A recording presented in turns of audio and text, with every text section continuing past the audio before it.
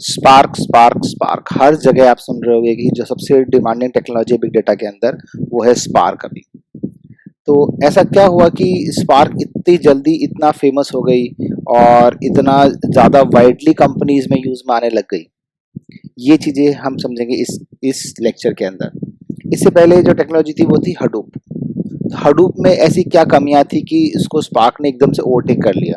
अभी देखा जाए तो मोस्ट ऑफ द कंपनीज जो है 90% ऑफ कंपनीज जो है वो स्पार्क पे काम करते हैं और हडूप पे कुछ 10% कंपनीज है जो अभी तक माइग्रेट नहीं हो पाई या फिर कुछ पर्टिकुलर यूज केस है वो भी हडूप पे काम कर रही है। बाकी जो भी कंपनीज है वो सब लोग स्पार्क पे काम कर रही हैं। इसका मतलब स्पार्क में कुछ ना कुछ बहुत ज़्यादा एडवांटेजेस हैं। तो इस लेक्चर के अंदर हम देखते हैं कि भाई सबसे पहले कि इसकी हिस्ट्री क्या है, चालू कहाँ से हुआ था, क्या इसकी नीड आई।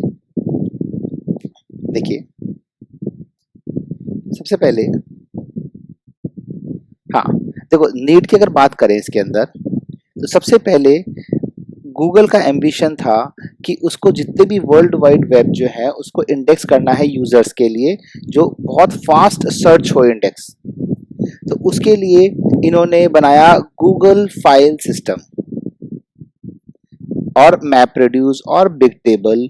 इसके बारे में डिटेल में हम लोग नहीं पढ़ेंगे। मैं बस ये बताना चाह रहा हूँ यहाँ पे कि सबसे पहले गूगल ने इस पे काम करना चालू किया। गूगल ने काम करना चालू किया और जो याहू के दो इंजीनियर्स थे, याहू के कुछ इंजीनियर्स ऐसे मान लीजिए, याहू के कुछ इंजीनियर्स थे, उन लोगों ने इस आइडिया को आगे ले गए और बनाया हडूप। ये थी सन 2005 की बात।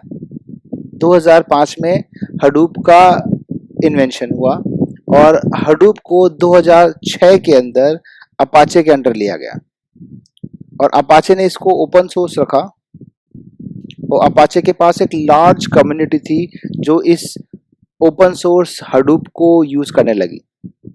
अच्छा, हडूप जो वर्ड है इसका कुछ ऐसे खास मतलब नहीं है।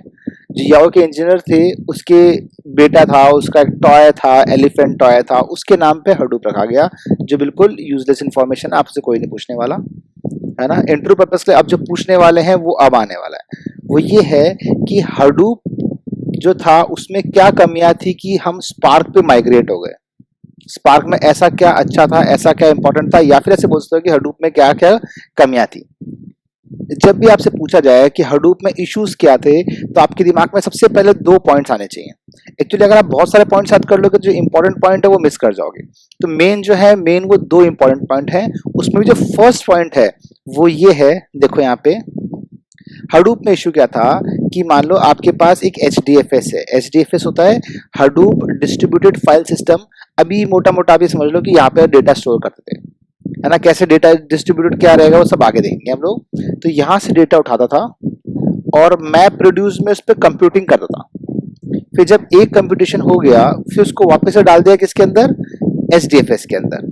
फिर वापस से कुछ सेकंड ट्रांसफॉर्मेशन करना है तो फिर निकालेगा, फिर उससे मैप प्रोड्यूस चलेगा। मैप प्रोड्यूस मतलब एक प्रोसेस है कंप्यूटेशन के लिए, और उसके बाद यहाँ पे फिर कंप्यूटेशन करेगा और फिर उसको डिस्क में डाल देगा। अब हो क्या रहा है कि आपको जब भी कुछ काम करना है, जब भी आपने मान लो एक फाइल पे एक डेटा सेट है उस पे 5 ट्रांसफॉर्मेशंस लगाए हैं या 5 उसमें कुछ फिल्ट्रेशन या कोई भी ऑपरेशंस कर रहे हो, तो हर एक ऑपरेशन के अंदर वो डेटा उठाएगा, उसके बाद उस पर प्रोसेसिंग करेगा, उसके बाद फिर से उसको HDFS में डालेगा। उठाया, प्रोसेस किया, HDFS डाला। तो इसमें क्या हो रहा है कि बार बार हम डेटा उठा रहे हैं और HDFS में डाल रहे हैं, तो इनपुट आउटपुट ऑपरेशंस हैं वो बहुत ज्यादा होने लग गए थे। तो पहला जो पॉइंट है वो यही है, देखो कि input output against the disk slow down the overall process. Clear. तो पहला इशू तो इसके अंदर ये आया था। अभी जस्ट हम थोड़ी देर बाद देखेंगे कि इसको, इस वाले इशू को स्पार्क ने कैसे रिजॉल्व किया। पहला इशू समझ में आया।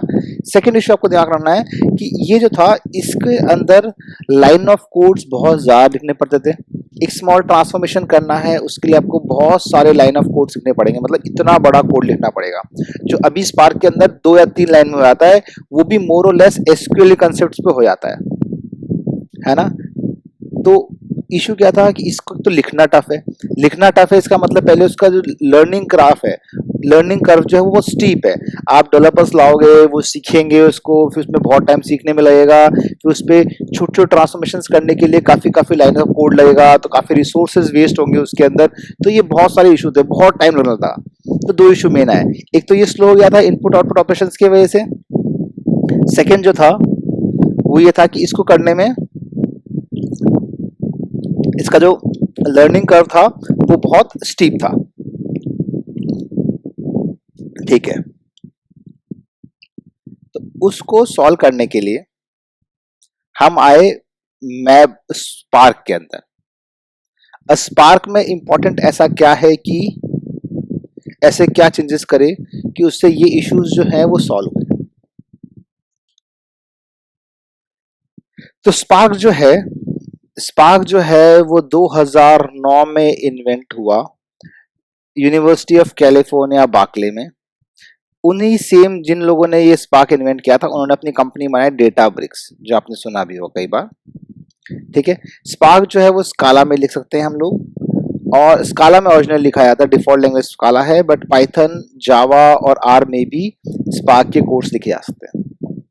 अभी इस टाइम मोस्टली कंपनीज जो हैं, जो मतलब मेरे नोन है या फिर जो मैं सुन रहा हूँ, तो मोस्टली जो कंपनीज हैं वो दो में लिखती हैं स्पार्क कोड, या तो लिखिए स्काला के अंदर या लिखिए पाइथन के अंदर। तो आपको यही पता होना चाहिए, मान लो सपोज अगर आप स्काला स्पार्क पे काम कर रहे हो तो why Scala is better than Python, है ना। कुछ कुछ पॉइंट्स में पाइथन बेटर है, कुछ कुछ पॉइंट में स्काला बेटर है, वो भी हम आगे डिस्कस करेंगे, है ना। तो ये भी आपको चीजें क्लियर होनी चाहिए।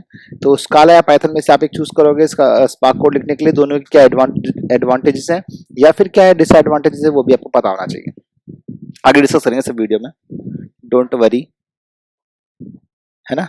ठीक है, तो अब 2009 में, मतलब वापस से याद करते हैं 2005 में क्या आया था।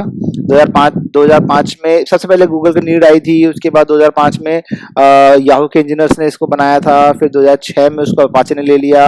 इसकी दो आउटकमिंग्स थी, दो प्रॉब्लम्स थी उसके अंदर, इनपुट आउटपुट ऑपरेशन ज़्यादा होते हैं। सेकेंड ये प्रॉब्लम ये थी इसके अंदर कि इसके अंदर बहुत लाइन ऑफ कोड लिखना पड़ता था ना, लर्निंग का बहुत हार्ड था, इसका बहुत स्टीप था, बहुत सारा पढ़ाई करनी पड़ती थी, बहुत सारा टाइम लगता सीखने के अंदर। तो वो सब प्रॉब्लम को सॉल्व करने के लिए अब हम लेके आए स्पार्क 2009 के अंदर। अब देखो स्पार्क में क्या है ना। तो स्पार्क का सबसे पहले सबसे मेजर आपसे पूछा जाए कि भाई स्पार्क और मैप रिड्यूस मतलब हडूप मैप रिड्यूस चलता था, तो स्पार्क और मैप रिड्यूस के अंदर क्या डिफरेंस है। तो सबसे पहले फर्स्ट थिंग फर्स्ट, सबसे इंपॉर्टेंट चीज आपको पहले बतानी है। अगर पहले आप छोटी मोटी चीज बताने लग जाओगे तो उसके बाद वो समझ जाएगा कि भाई इसको कंसेप्ट जो है वो क्लियर नहीं है। तो फर्स्ट जो है वो आपको ये बताना है कि जो फर्स्ट उसका इशू था उसको रिजॉल्व किया गया यहाँ पे, है ना। देखो फर्स्ट इशू का था कि बार बार जब इटरेशंस होते थे तो बार बार हर इटरेशन में आपका डेटा उठता था, फिर प्रोसेस होता था और फिर डिस्क में आता, फिर उठा, फिर प्रोसेस हुआ, फिर डिस्क में आता। So because of lots of input output operation your program slow down, है ना, प्रोग्राम स्लो डाउन आता। अब उसके लिए हमने क्या किया, देखो स्पार्क ने क्या किया, ये डिस्क है, हमने क्या किया, डिस्क से डेटा उठाया, उस पर चेंजेस करे, जो भी उस पर ऑपरेशन करने हैं, फिल्ट्रेशन करने हैं, जो भी चेंजेस करने थे वो चेंजेस करे, मतलब जॉब रन किया। उसके बाद में ये जो मॉडिफाइड डेटा था, इस डेटा को हमने मेमोरी के अंदर ही रखा, उसको अभी हमने डिस्क में नहीं डाला है, उसको मेमोरी में रखा। उसके बाद इस पर कुछ और ट्रांसफॉर्मेशन लगाना तो वो भी लगाए, फिर से इसको मेमोरी में रखा, फिर चेक किया कि भाई कुछ और ट्रांसफॉर्मेशन लगाने हैं क्या। जब तक ट्रांसफॉर्मेशन लगाते जाओगे, चेंजेस करते जाओगे, वो सारा का सारा मेमोरी में ही है। तो कोई इनपुट आउटपुट का अंदर टाइम वेस्ट या फिर कुछ प्रोसेस स्लो डाउन नहीं होगा। और फाइनली क्या करेंगे, जब यहाँ पे हो जाए कंप्लीट, तो इसको फाइनली हमने डिस्क में राइट किया। जो फर्स्ट प्रॉब्लम थी हमारी वो हमने यहाँ से क्या कर दी, सॉल्व कर दी, सिंपल। नेक्स्ट देखो इसके अंदर,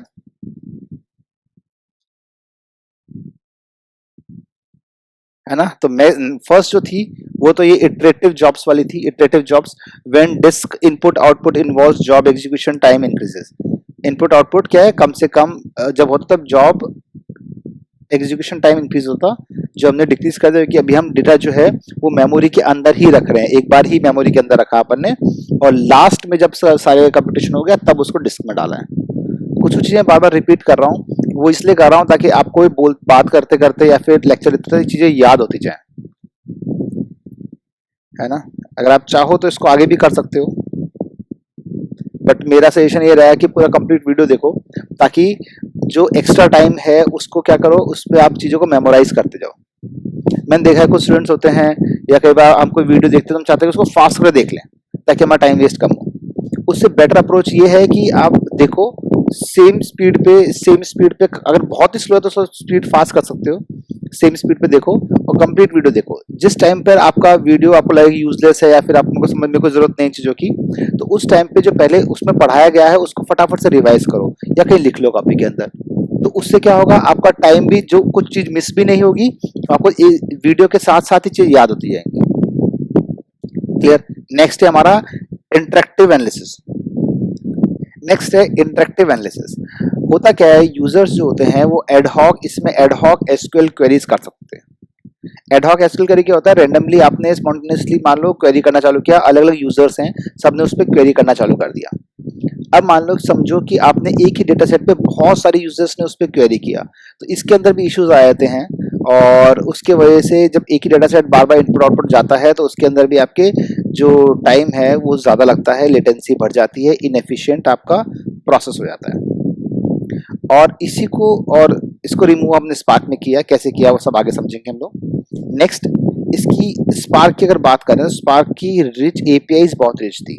आपको याद हो कि हेडूप में मैंने इशू बताया था कि उसको लिखने में बहुत सारे लाइंस ऑफ कोड लिखना पड़ता है, बहुत टफ रहता है, जावा के अंदर कोड लिखा करते थे, सीखने में बहुत टाइम लगता था। तो यहाँ पे क्या है, ये बहुत सिंपल कर दिया गया है, क्योंकि इसकी एपीआई जो थी, एपीआईज में डेवलपर थे, user developer experience simpler when working with Spark versus MapReduce. जैसे अगर मैं भी स्पार्क पे काम करता हूँ तो मैं आपको समझाऊं तो मोर और लेस थोड़ा डिफरेंट है एसक्यूएल वगैरह से, बट ये है कि उसमें एसक्यूएल, स्पार्क एसक्यूएल एपीआई के अंदर स्पार्क की नॉर्मल आपकी जो एसक्यूएल है वो भी चलती है। आपको नॉर्मल एसक्यूएल जो लिखते हो, सेलेक्ट स्टार फ्रॉम दिस, वो भी चलेगा, वो भी हम इन वीडियोस के अंदर आगे देखेंगे। दूसरी एपीआईज में उसमें कुछ डिफरेंस है, डिफरेंस मैं तो बोलूंगा ज्यादा फायदा ही है। मतलब अगर कोई डेवलपर है जिसको एसक्यूएल आता है तो वो उसको इजीली ग्रेस्प कर सकता है, और हमारे पास डेटाबेस के इंजीनियर्स काफी सारे थे जो इजीली उसको सीख पाए और इजीली इस वाली टेक्नोलॉजी में माइग्रेट हो सके।